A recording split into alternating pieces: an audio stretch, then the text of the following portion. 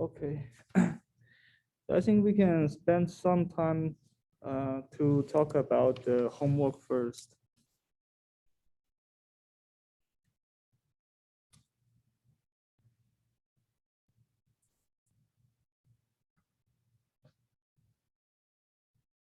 So for this one, do you guys have any questions? Yeah, actually. For the first one, splitting into the even and odd components of the signal, I was wondering if I'm doing this correctly, but I ended up with something that just looks like a 1/2 cosine for both, since cosine is odd, or the odd version of cosine looks the same when we put in a negative t, but I'm not sure if I'm doing this right. Okay, so okay. Is it possible that, well, I guess it's not, is it possible that you share the figure of the even and odd components that you found? I don't actually have the Zoom set up on my iPad, so. Okay, yeah, never mind. We can find this out. Okay.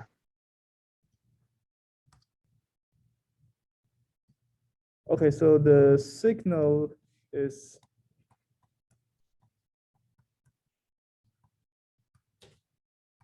this one. So by the formula, the even part, we have one slide for that.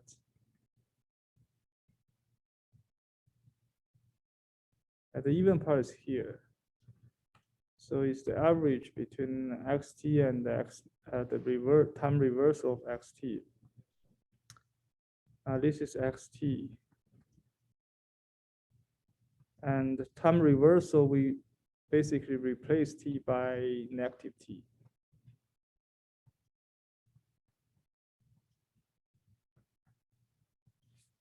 And divided by 2, right? And well, we can start to simplify the signals. So here, cosine negative omega t, we know cosine is even function. So we can cosine negative omega t is cosine omega t. So we end up with cosine omega t, no, ut plus u negative t divided by 2. Okay. So we know this part. This is a standard cosine part. And ut plus u negative t, we can try to plot this one.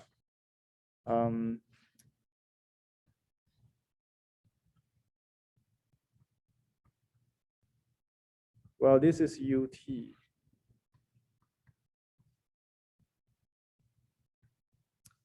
And the u negative t is basically the reverse of this one. So the u negative t is this one.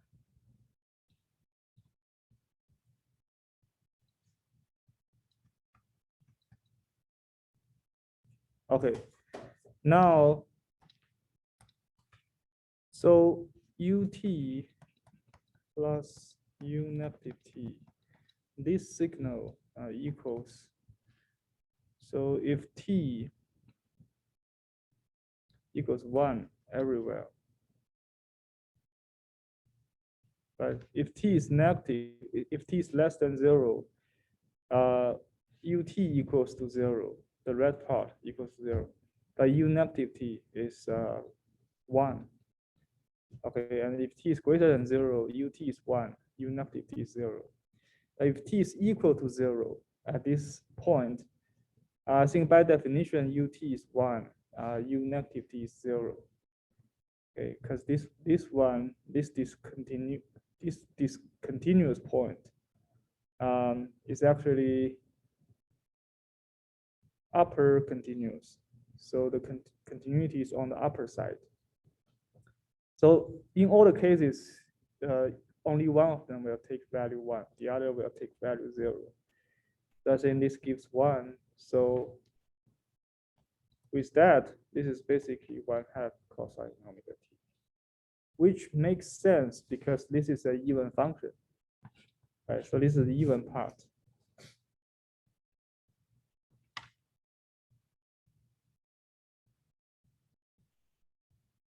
And I think once you have this one, the odd part is basically xt minus xet, right? The odd part is xt minus xet. So you can have, or you can follow this one to get the odd part.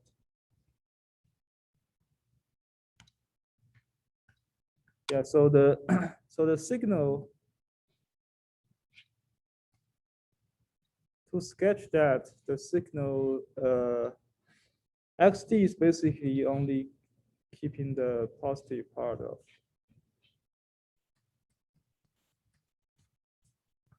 keeping the cosine signal in the positive time domain.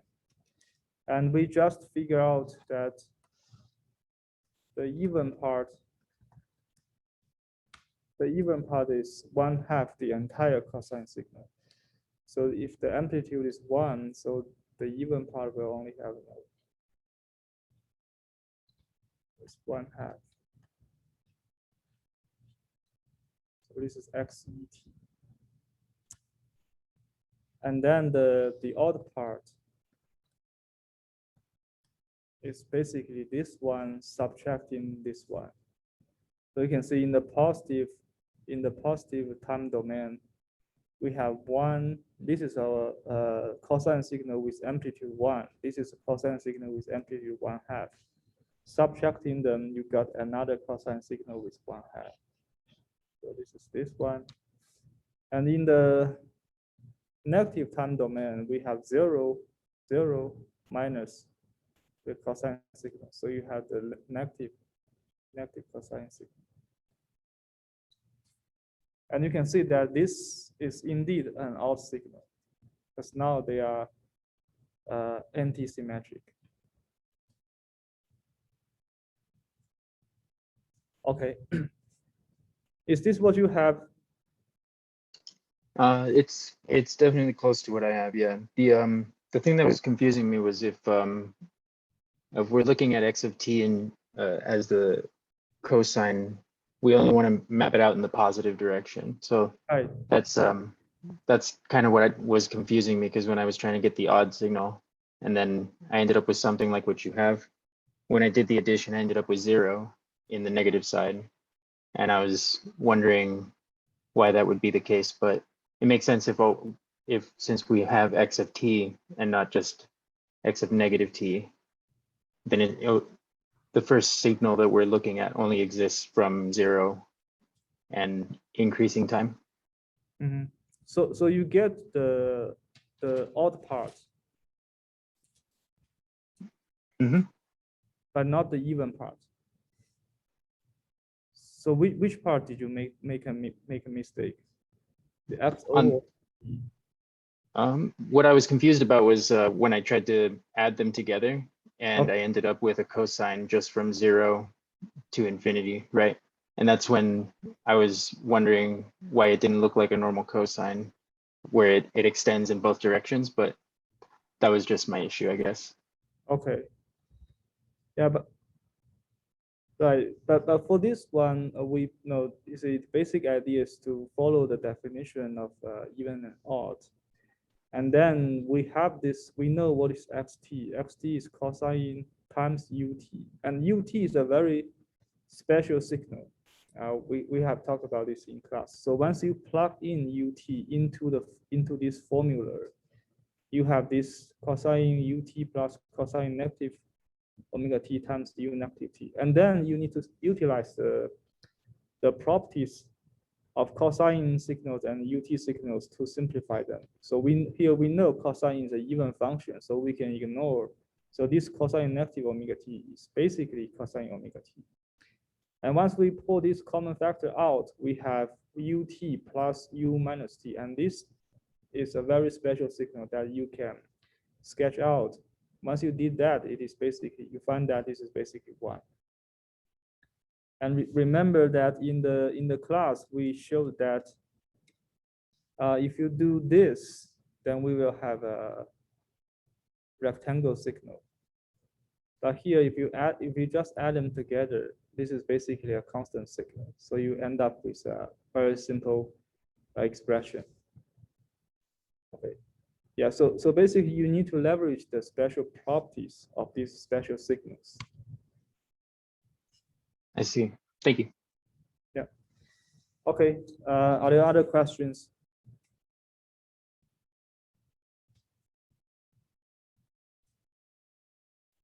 Yeah, I think the rest of the problem is about basically utilizing the properties of the impulse function.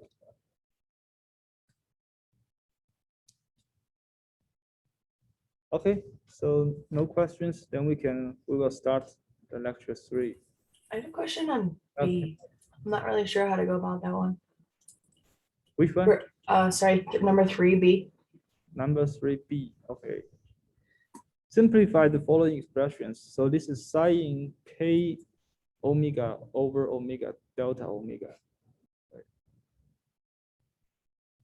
Let's see this one.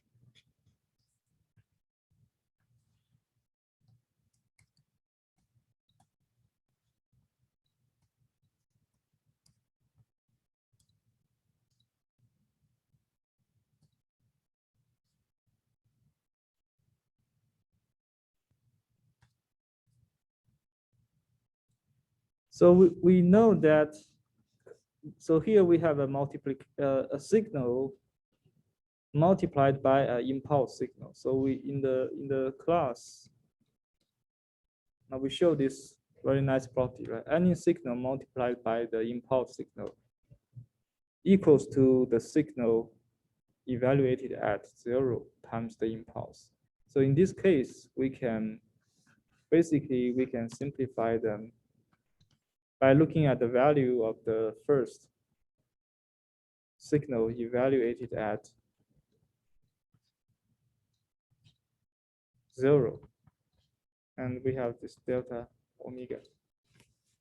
Right. So we just need to evaluate this this limit. And if omega equals to 0, then the numerator is sine 0. Sine 0 is 0. And denominator is also 0. So we have a 0 over 0 fraction. So we need to utilize the Hopital's rule. If you have 0 over 0, it is not determined. So you utilize the Hopital's rule. It's basically taking the derivative of both sides and evaluate 0, if I remember correctly. And then the derivative, so the derivative is taken with regard to this variable omega. So the numerator we got sine taking derivative is cosine k omega. And now this is a compositional, this function is in a compositional form. Inside we have k omega. So k omega, we need to further take derivative with regard to omega. So we get this k. And for the denominator, it's just 1.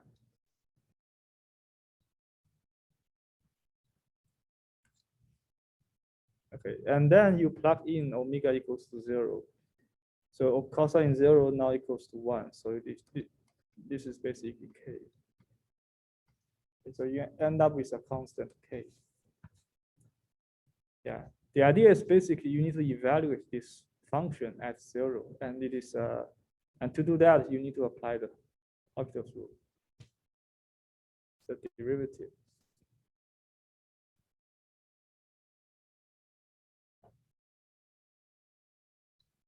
That makes sense. Thank you. Any more questions?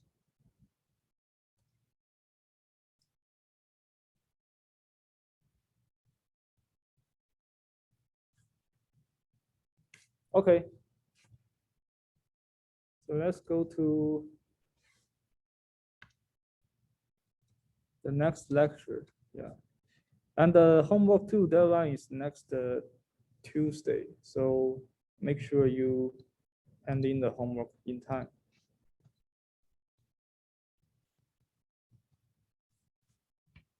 So in lecture 3, we are going to talk about another topic of this course, which is the systems. So lecture 2, we did signals. So lecture 3, we will focus on systems instead. And then in the subsequent lectures, we will talk about how the signals, how to describe the interaction between signals and systems using a mathematical framework. So we start with some definition of system, and we go over many examples of systems. And in the last part, we talk about the properties of the systems. So the structure is very similar to the lecture 2.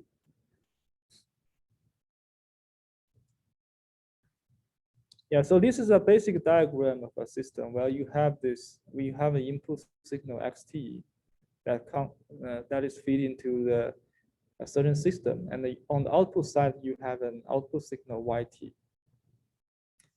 So usually we are given, so the system is basically defined as a mathematical or computational relationship between the input and output. Okay, so it basically transforms input signals to output signals. And in this course, we will focus on systems with one input and one output. So we call these single input, single output systems. Just like this diagram, we have single input and single output. And in the modern communication systems, we may have multiple inputs, multiple output systems. But the idea is similar to what we will discuss here.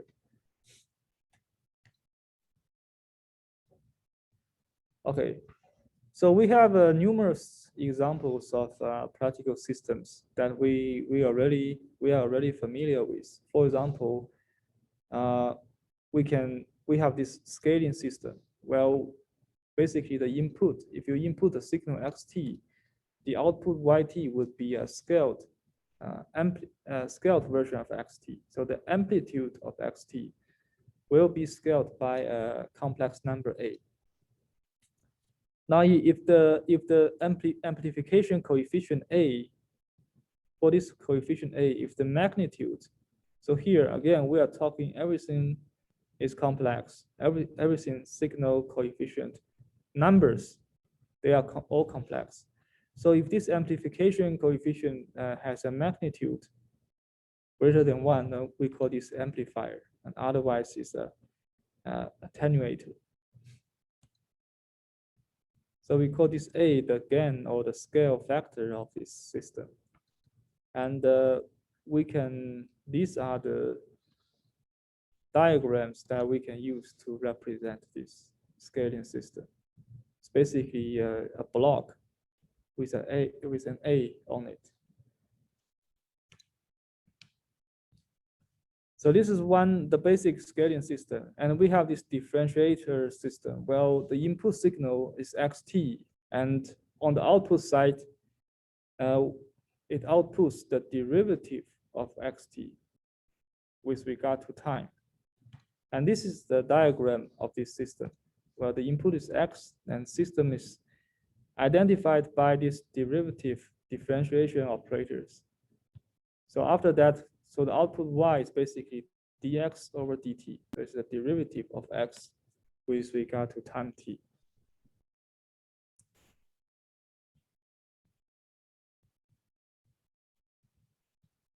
Good question. Yeah. So A is a complex number. It doesn't represent any type of constant. So A is a constant complex number. Right. That is but for a given scaling system, it has a specific scaling factor A. Now this A could, in general, is a complex number. So basically, if we multiply xt by A, that means we are scaling the amplitude of, we are scaling the magnitude and phase of xt simultaneously. If you look at, if you think of A as,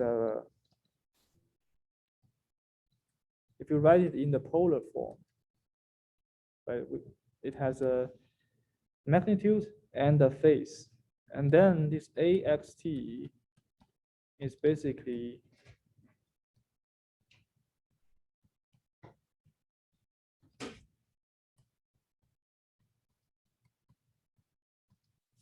so by multiplying x by a, this system will modify the magnitude of x and also shift the phase of x. Right. So in general, a could be a complex number, and the effect would be scaling the amplitude, scaling the magnitude, and change the phase. That makes sense. So if it's greater than 1, how would you define like the phase being greater than 1? Well, we are looking at the magnitude of a. So the magnitude in this case is just RA. Right? Oh, that's right. That's right. If the magnitude is greater than 1, then it's amplifier. So basically, the magnitude of xt will be amplified by the factor RA. Yeah.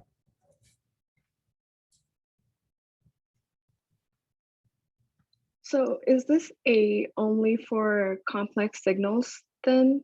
What if we had a real signal, and then how does A how do we use A in that? Yeah, so here x can be, both a and x could be complex. Now, if xt is real, that basically means that theta x is 0, right? The phase part is 0. So for the x part, this complex exponential is basically 1, and xt would just be the rxt. Okay, that makes sense. Right. So this is as we can see that complex numbers, they are compatible with real numbers. So as long as you treat every number as complex, I think you will that already covers all the cases for real numbers. Right.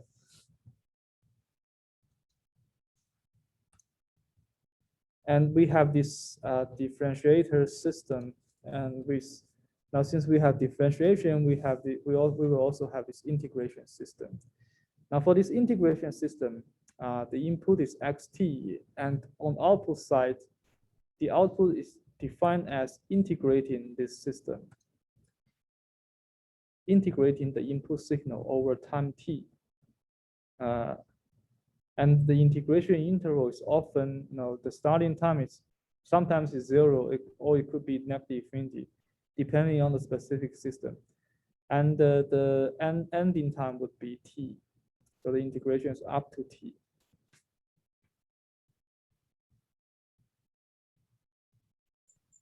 Can you give like a real world example of what an integrator would look like? Or Yeah, like we what- have. Yeah. So we have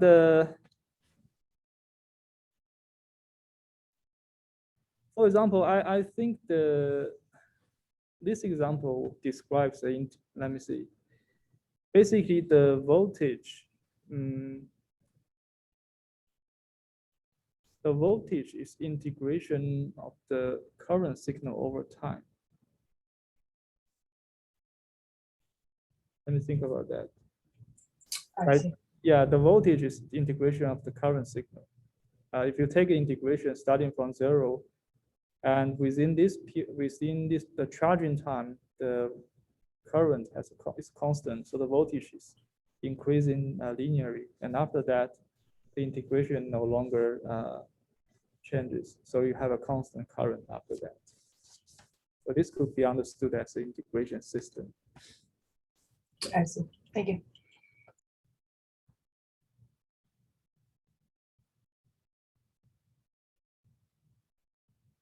And we have this time shifting system. This is basically, with the input signal xt, we shift the input for a constant time, either to the left or to the right, depending on the sign of this factor, capital T.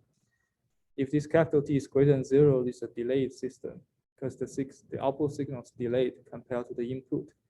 Otherwise, it's a predictor system.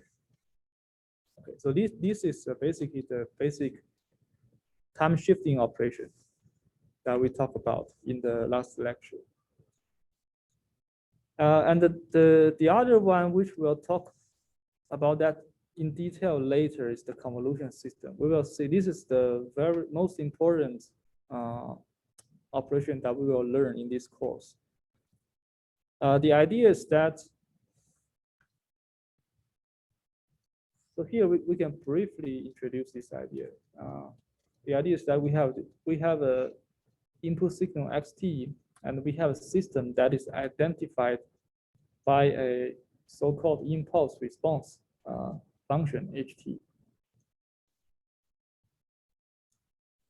And for now, you can basically understood ht as a kind of intrinsic feature associated with this system. So the behavior of the entire system will be described by this impulse response function ht. Now, given this xt and this system ht, the output is defined in this via this integration specifically.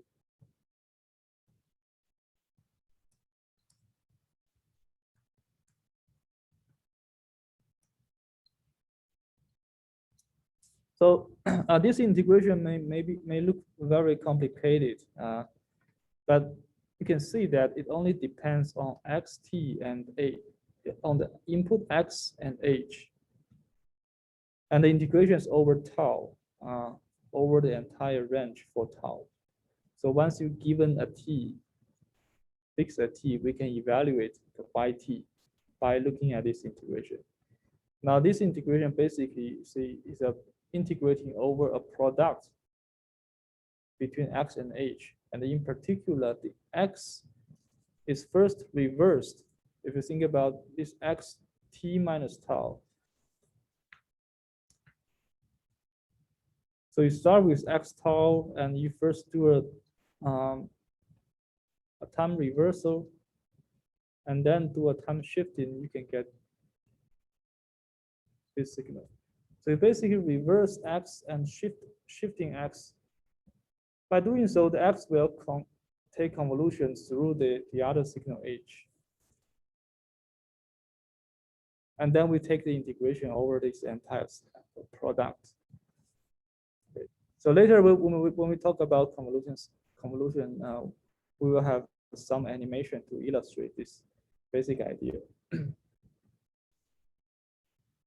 But from a high level point of view, right? This complicated convolution, this complicated equation, only depends on the input x and the system impulse function h. So once I know the input, once I know the system impulse response, I can calculate the output by looking at this integration.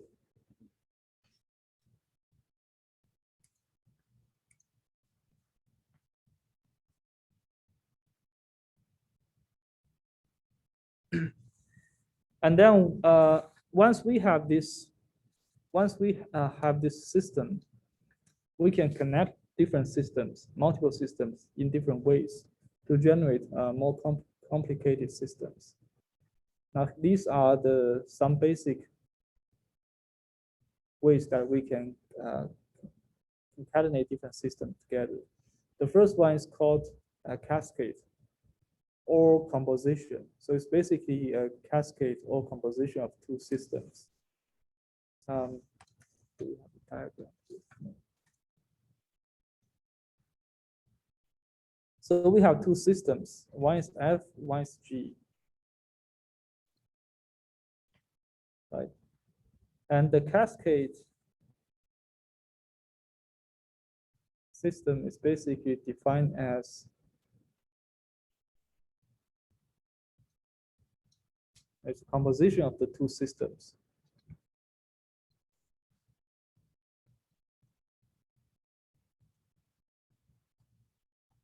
So what happens is that we first feed xt, the input, to the first system F, and then the output of F is further fed into the second system G.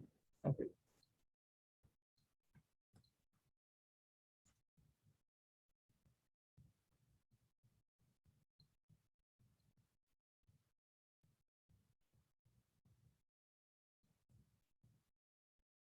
So that's the diagram for the cascade system. Right, so basically you connect two systems together. And the other is sum system, which is basically F plus G. And the diagram for this one would be, first of all, you can write out the equation. It's Fxt plus Gxt.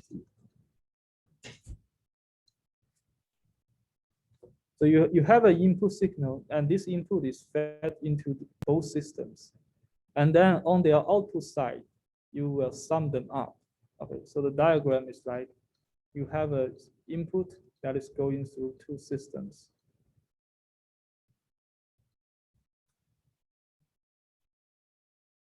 And on output side, you sum them up.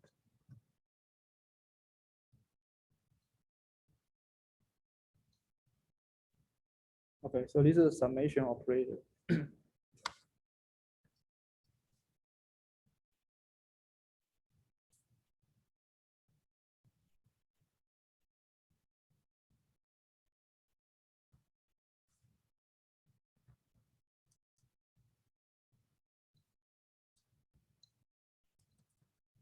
And the other very important one is the feedback system. So I think you will deal with this system in the lab 3, I think. So this system is described as, let's look at the equation first.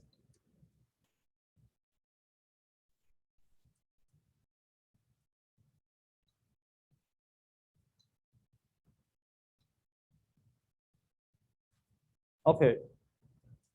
So you can see why this is related to feedback, because the output, okay, we can look at the input first.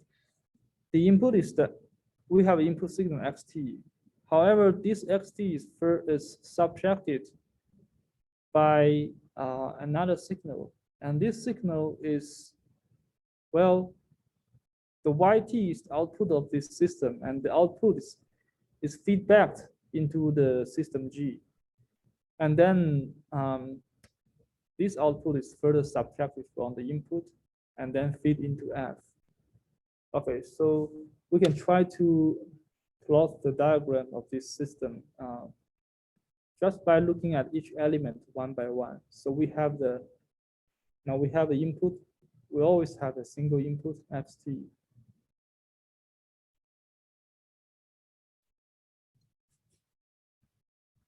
And we have somewhere we must have an output of the system yt.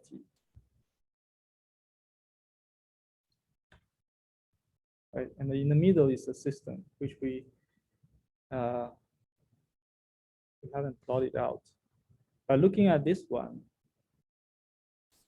so we have xt here, so we need to have a yt. The output will be feedback into the G system.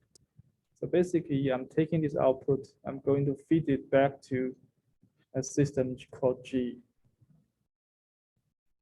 Okay, and then on the output side, I will basically have GYT, because now for this G system, the input is YT. Okay, so it's YT feed into G. So on the output side, we have GYT. And now we have XT minus GYT. So here I'm going to do a subtraction.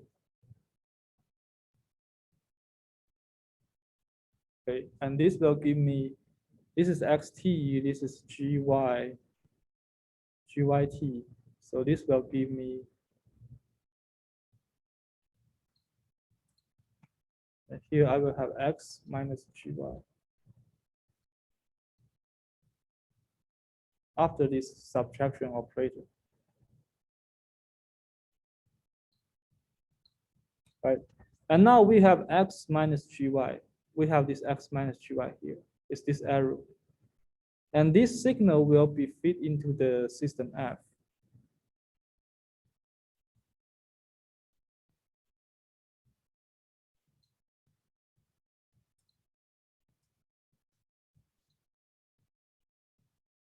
Right, so X minus Gy fit into F, and the output on the output side of F we have YT. So basically we are connecting these two. The YT is basically the output of F. So that is the diagram for the entire system, and clearly you can see that there's a feedback loop here.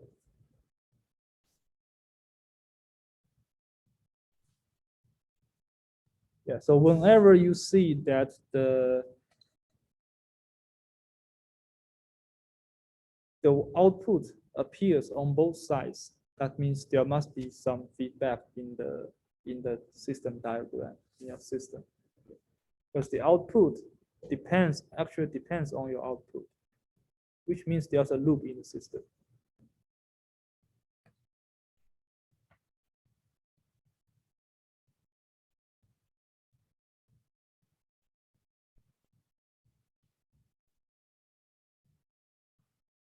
Okay, so these are the three basic building blocks, and with these three interconnection of systems, we can develop any type of systems.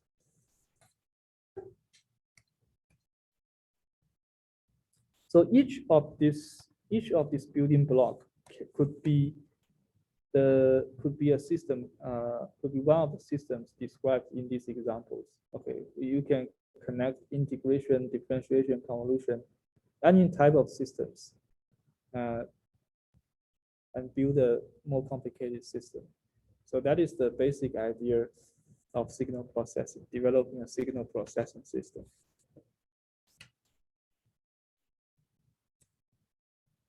Okay. So the next, we'll talk about the properties of systems.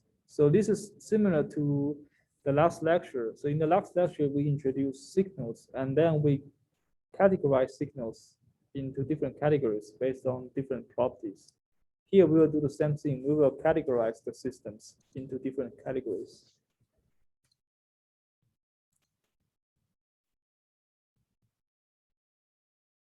And most of the definitions are quite intuitive, so you can have a clear understanding by on the definition. The first category is the memory, memoryless system. Talking about the memory of the system. So we call a system memoryless, which means it does not have memory. A system is called memoryless if the output only depends on the present input or the current input. Okay. So for example, in the amplifier system, we know that YT is the input XT scaled by a constant. Now this is the scaling system. Now this system is a memoryless system because the output YT only depends on the current input XT. So you only have T on both sides. And this is another example, right? This is a discrete time system where the Yn, the output discrete time signal, is defined. It only depends on the current input discrete time system, signal. It's Xn 2 times Xn minus Xn squared to the power of 2. But in general, this output only involves the present input. So it is, we call this a memoryless system.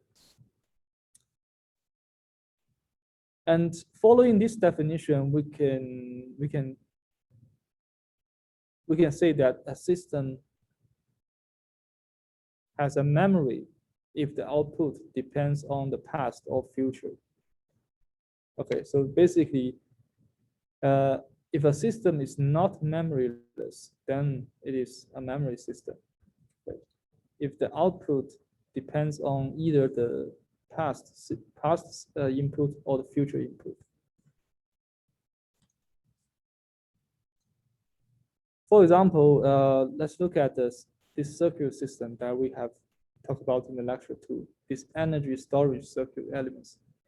Capacitor such as capacitors or inductors. I think here this is a capacitor system, right? And YT is basically the voltage signal. X is the current signal, right? Just we have shown here. So the voltage, we know the voltage is the integration of the current signal. So the system is described in this way. The voltage output YT is the integration of the current signal from negative infinity to the present time t. So if you look at the voltage of a capacitor, that equals to integrating all the current that going through this capacitor in the past. And this 1 over C, this capital C is the capacity of the capacitor. But you can see that the output depends on not only the present input. The present input is X at T. But this integration actually involves all the input signals from starting from negative infinity up to T. So this output depends on the present of the input and also depends on the past of the input. So which means the system is a memory system. Could you tell that mathematically? So just basically when you look at the limits of integration? Yes, we basically you look at this integration, you can see that okay, on the output side, the current time is T. And the output at the current time T depends on xt and also depends on x tau from negative infinity up to T, which means that it depends on all the past of the input signal. Gotcha.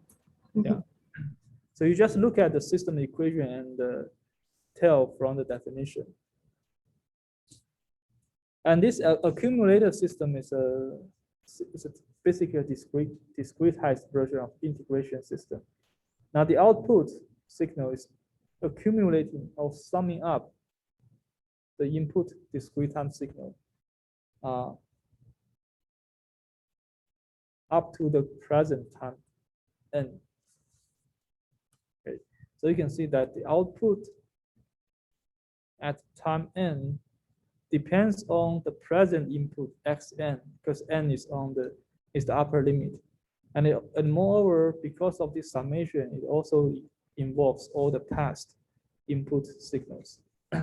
So this system also has a memory.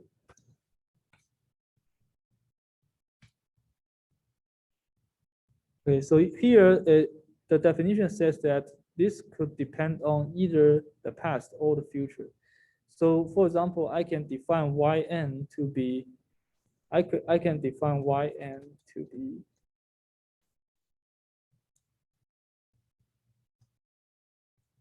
k from, for example, negative infinity to 2n. Right? In this case, 2n exceeds this n, so 2n is in the future. So the current output, the output at time n, depends on the past, the present, and also the future up to time 2n. So this is also a memory system. It involves the future of the input.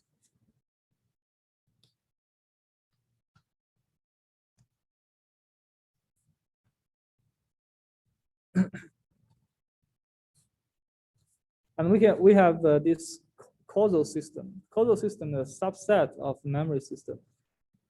Basically, the output can only depend on the past or the present inputs. Okay, so it cannot depend on the future. And this is why we call it causal system. It has to be causal. So any real physical circuit or mechanical system, they are always causal because you cannot rely on the future. You can only rely on the past or the present of your input. So these two, both of these two examples shows a causal system. This is an integrated system. We just saw this one. output only depends on the present and the past. Okay, it's only from 0 up to t. So we are looking at the past up to the present of the input signal. Oh, sorry, the last one is not a causal system because Yn depends on the present input and also the future input. This is the input in the future compared to the current time index n. Okay, so this is not a causal system, but it is memory. It is a memory system because the output depends on the future.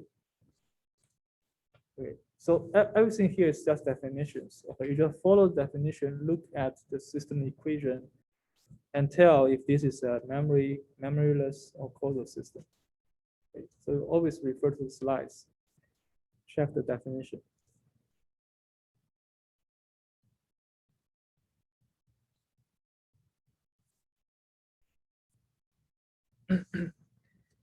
And this invertible system, a system is invertible if the input can be recovered from the output signal.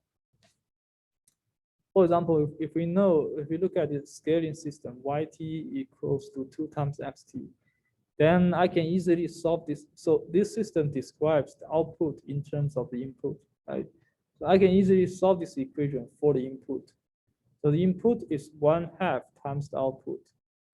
So in this case, I can recover the input signal from the output signal. So given yt, I know that xt is 1/2 of the output. So for this system, we call it invertible. And another example is Yn is this accumulation system. So the Yn is the accumulation of the input signal up to the present time m. And given the output, I can still recover the input as follows. So xn is basically Yn minus Yn minus 1.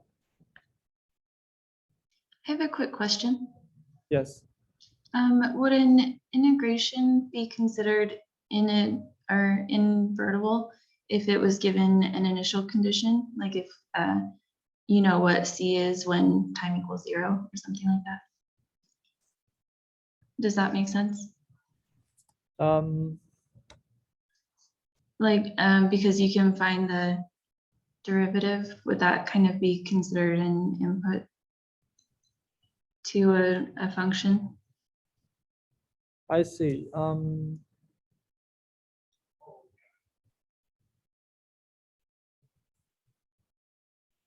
not sure. Let me see. This summation system is a invertible system because you just subtract Yn minus 1 from Yn, and that leaves you only the xn part.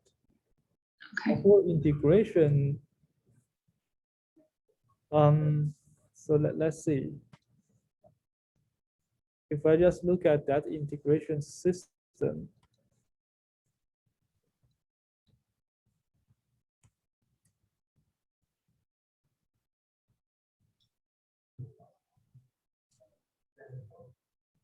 so I think we can still do this. Yeah, we can just take derivative, right? Because what we are doing here is basically, we don't have derivative for the discrete case, but this is the called finite difference. So this is kind of a discretized version of derivative. But you can take derivative on both sides. So you have y prime t equals to xt. That's how you recover the input from output. Right? The input is basically the derivative of your output.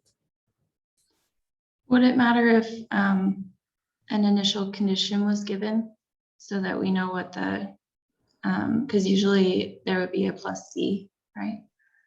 And so for it to be invertible, would we need the initial condition? I think the plus C is usually added here. So basically, when you solve this partial differential equation, you have that uncertainty. Oh, Yeah. Okay. Yeah, but if you just take in derivative on both sides, you have this is deterministic. Yeah, so the input, if you only look at the derivative of your output, then this constant doesn't matter, right? Oh, that's right. Okay, thank you. So this is, I think the integration, yeah, for the integration system, it is invertible. Thanks. Yeah, and for this accumulation system, it's the same idea. Basically, we replace here we are talking about discrete time systems. So derivative here is finite difference. So we just take the difference between your adjacent outputs. So you will then notice that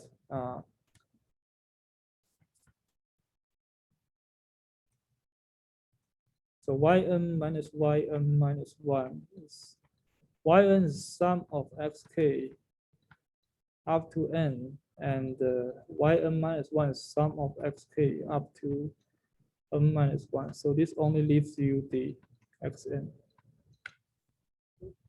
So in this case, your input can be recovered from the output. And we also have many non-invertible systems. For example, this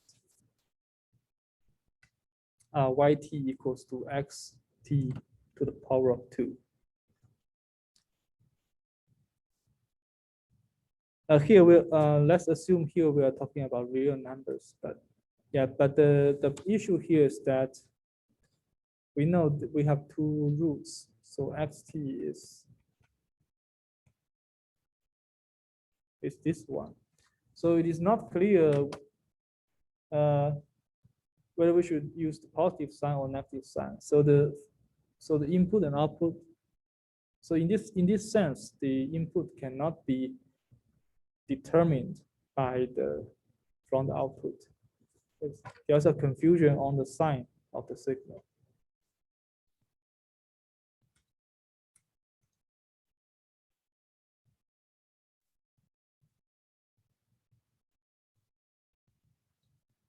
And we also have this stability definition.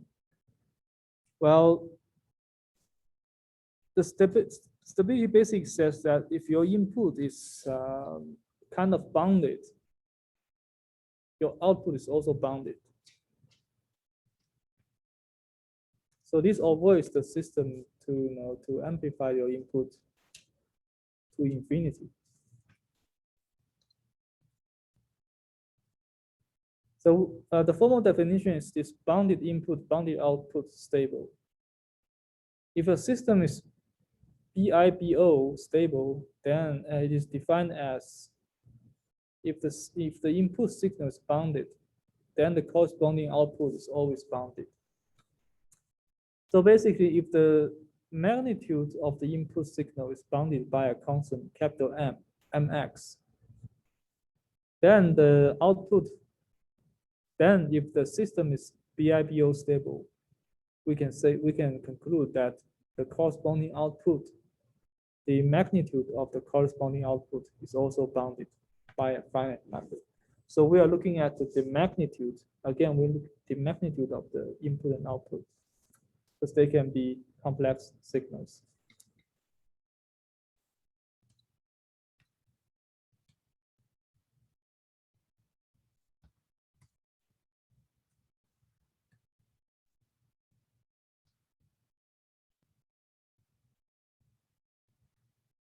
So for example, can you give me a system that is not BIBO stable?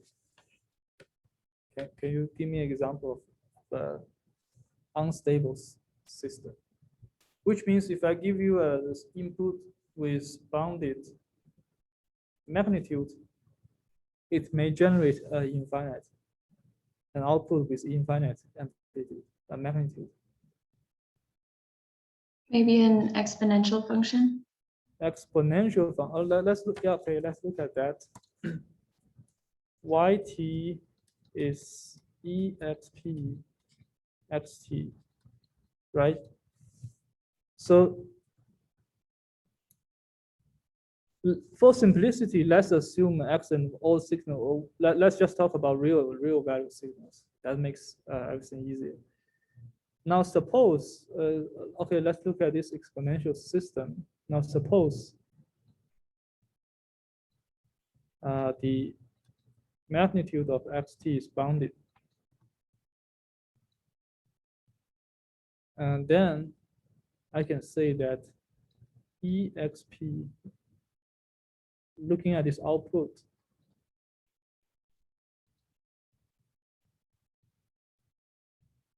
is less than exp,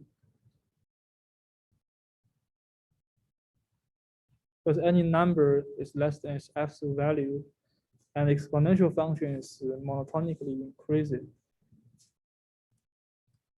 And again, we know that the input has a bounded magnitude. So this one must be bounded by this, which is a finite number, but it's exponential to the power of mx. It could be a very large number, but it is bounded. Right. So this is a stable, BIBO stable system, even it is exponential. Right. So is there an example? Yes. 1 over x. Yes, I think that is a very simple, the simplest example of an unstable system. Yeah. If x is 0, you get infinity. That's the basic idea. But basically, in order to be this BIBO stable, you have to avoid this kind of stuff in your system equation.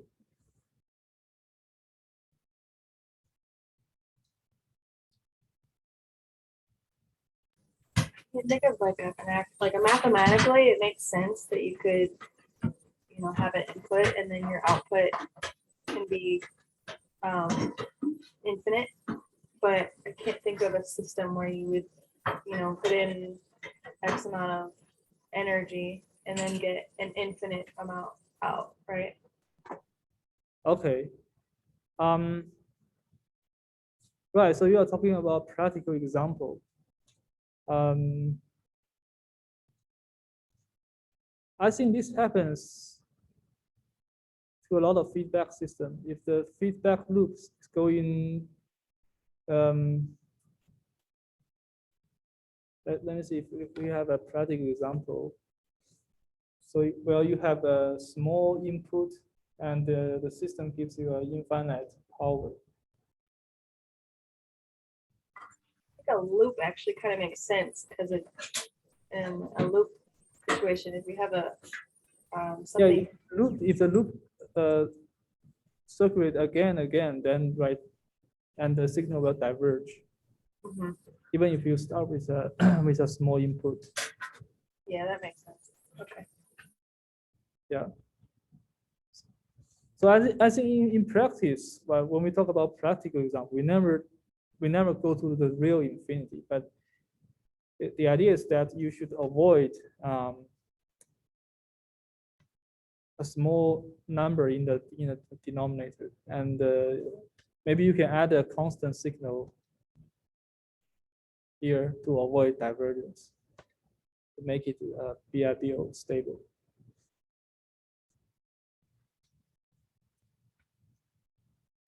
Yeah, and on the other hand, even this exponential system is BIBO stable by the technical definition, but in practice we know that this is almost close to a unstable system because it is exponentially exploding. So we may also want to avoid this type of system equations.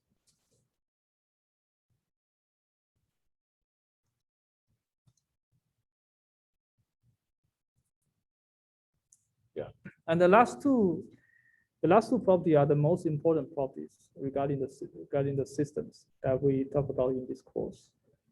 They are time invariance and linear. Okay, let's look at time invariance first. A system is time invariant if a time shift in the input produces the same time shift in output. Okay, so basically if you shift the input xt Now look at here. If xt is shifted by any time tau, then comparing their corresponding outputs, the outputs is also shifted by the same amount of time shift tau. So we call this time invariance. So however you shift the input, the output will be shifted in the same way. So if xt is if fxt equals to yt gives you yt, then f applied to xt minus tau will give you yt minus tau. So this is the formal definition of time invariance. And here are 3 steps to check the time invariance of a system. So in the homework, in the exam, you just follow these 3 steps. Because otherwise, sometimes you will, if you don't follow this, it is very easy for you to make a mistake. But we will see a lot of examples later. Step 1 is to consider a time shifted version of your input, right? Because we need to verify that if you apply the time shift to the input, output will also be shifted in the same way. So we basically consider a time shifted version of the input. And for simplicity, we will denote this signal to be x tilde t. So it is in general, it is a signal over t, right? We can ignore the tau by not ignore absorbing this tau by defining a new notation. So we call this signal, shifted signal, x tilde t. It is still a signal over time t. And we have this shifted input. So we feed this input to the system, we get a corresponding output, y tilde t. And then we will just check if this y tilde t is your original output shifted by tau. Okay, let's go over this logic again. So we have a system F. We want to check if it is time invariant or not. So we know that if I input an x, I'll get a yt. So this is the basic system equation. And in order to check time invariance, I'm going to look at xt minus tau.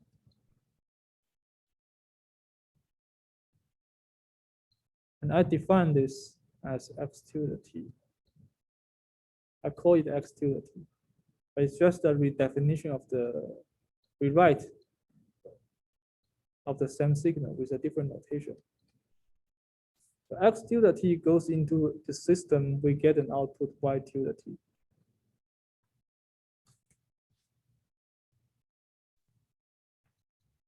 Right, so this y tilde t is what we get from here. So we are feeding a shifted signal to the system. So this is y tilde t. We need to check this y tilde t, whether or not this y tilde t equals to a shifted version of the original yt. Okay, check.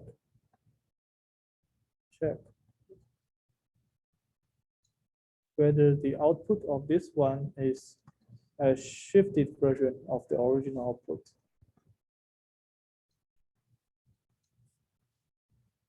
Okay, basically you feed this input to the system, you get whatever output, and then you feed the unshifted signal to system, you get a whatever output here. Then you shift this output by tau and compare the shifted version with the output that you get here.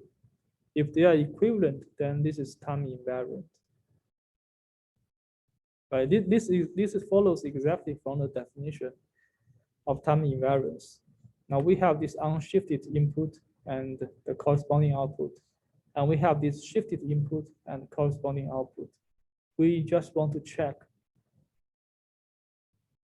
if the system is time invariant. That means this output y tilde must be a shifted version correspondingly shifted version of the original output.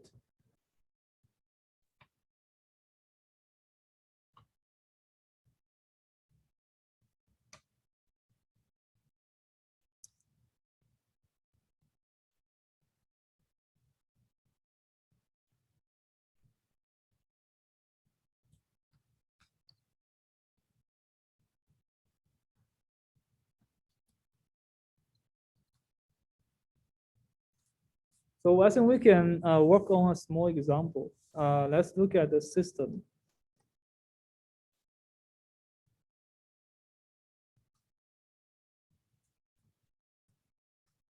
Yeah, look at this system.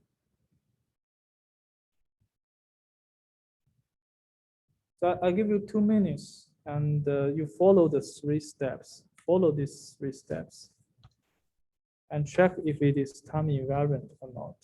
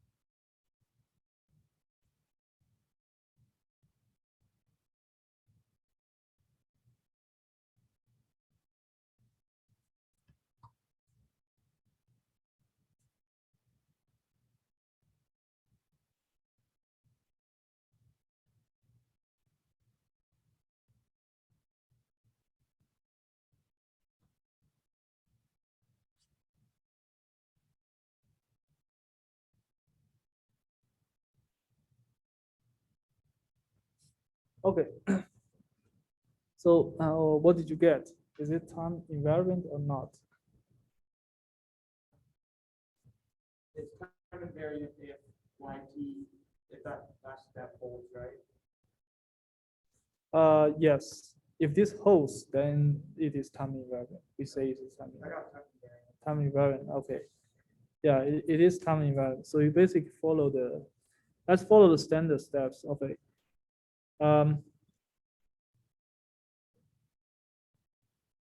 So this equation already tells you the input and output of the system. The input is if the input is xt, output is YT. Now we just look at step one. We define this x tilde t to be xt minus tau, a shifted version of the input. Okay, now the question is, given this x tilde t, what is the corresponding output of the system? So we are looking at y tilde t.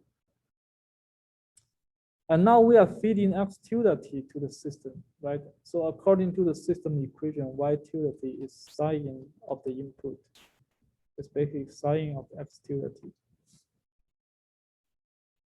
And now I know that x tilde t is xt minus tau, so it is sine xt minus tau.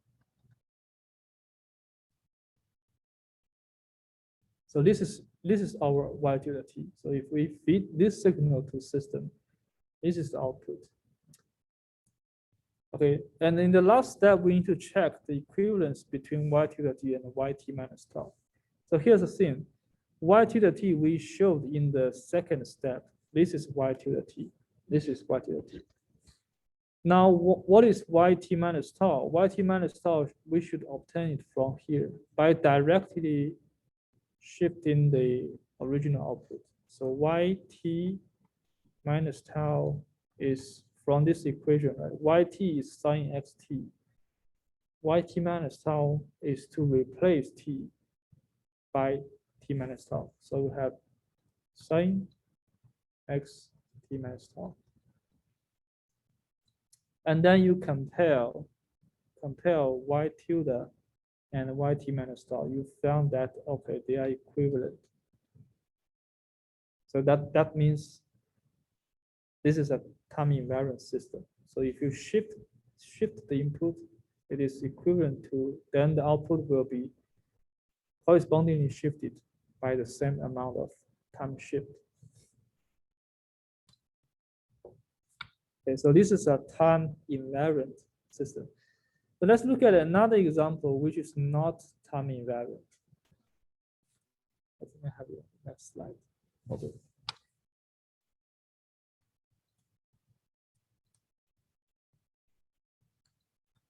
So yt is the input evaluated at 2 times t. Apparently, the output is the time scale version of the input. So the output will, the signal is expanded compared to the input signal. I think it's squeezed, sorry. This signal is squeezed along the time axis compared to the input signal. Okay, follow the standard steps. We know that this is the input-output relationship. Step one is looking at x tilde t is xt minus tau. And step two, we are looking at the corresponding output of x tilde t. And to do that, I'm just going to follow the system equations. The system equation says that whatever the input signal is, the output is basically taking the input and squeezed by factor of 2. So basically, y tilde t is now the input is x tilde t. So it's taking the input by squeezed by a factor of 2.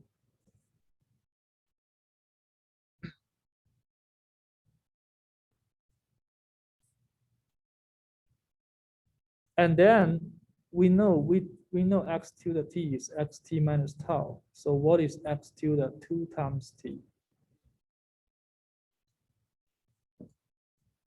So given the first equation, what is x tilde 2 times t? Can you tell me that? xt is xt minus tau. How do you get x tilde 2 times t?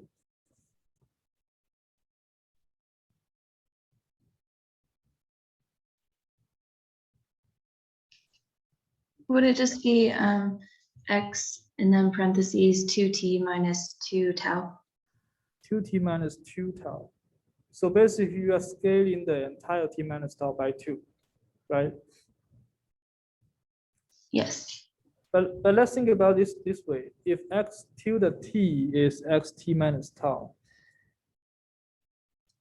so x tilde 2 times t is basically replacing t by 2 times t, right? So wherever the t is, I'm just going to replace it by 2t. So that gives me 2t minus tau. Right? Or you can to convince yourself, you can put a parenthesis around t, so you can see that okay, here's the input t, it is here, and now I'm replacing t by 2 times t, so I'm going to change t by 2 times t. Right, and tau is unchanged because we are only scaling the time variable, and tau here is not a time variable, so that part is unchanged.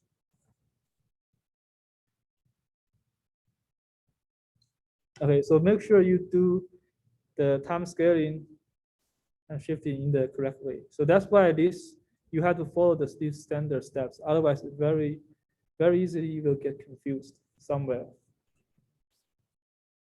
Okay, now you have this x tilde 2. Now you have this x tilde 2t. And by the first equation, you know that it's x tilde 2t is basically x2t minus tau. So the last step is to go back to the system equation and look at yt minus tau. Okay, now tell me again, from the system equation, if we know yt equals to x2t, what is yt minus tau?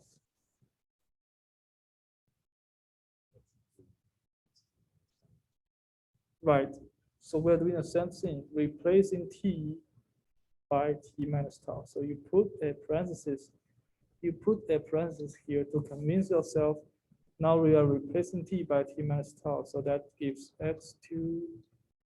I'm going to replace t by the entire t by t minus tau, and which is 2t minus 2 tau. Right, and then you compare these two. They are not equivalent because the time scaling is different. Right, so this is not a time invariant system, and it's intuitive because what the system does is to squeeze the input along the time axis. So that will impact the time shifting factor that you apply to the input. Okay, so these are the two examples that we just went through. So you can go back, when you go back home, you can review these two examples. Especially, for the second example, especially when the system has a time scaling component in it, then you have to be very careful when you calculate the output of the time shifted input. Okay.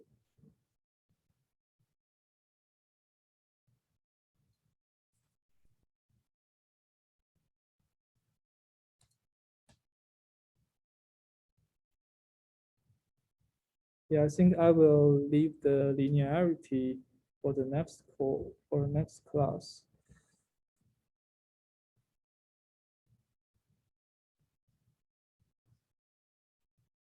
And I think you can start it to work on the homework 3.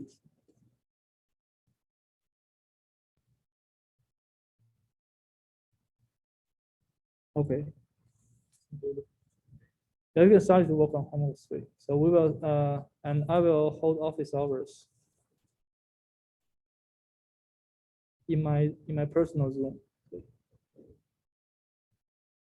Okay, I will stop here. See you next week. Thank you. Yep. Thank Thanks.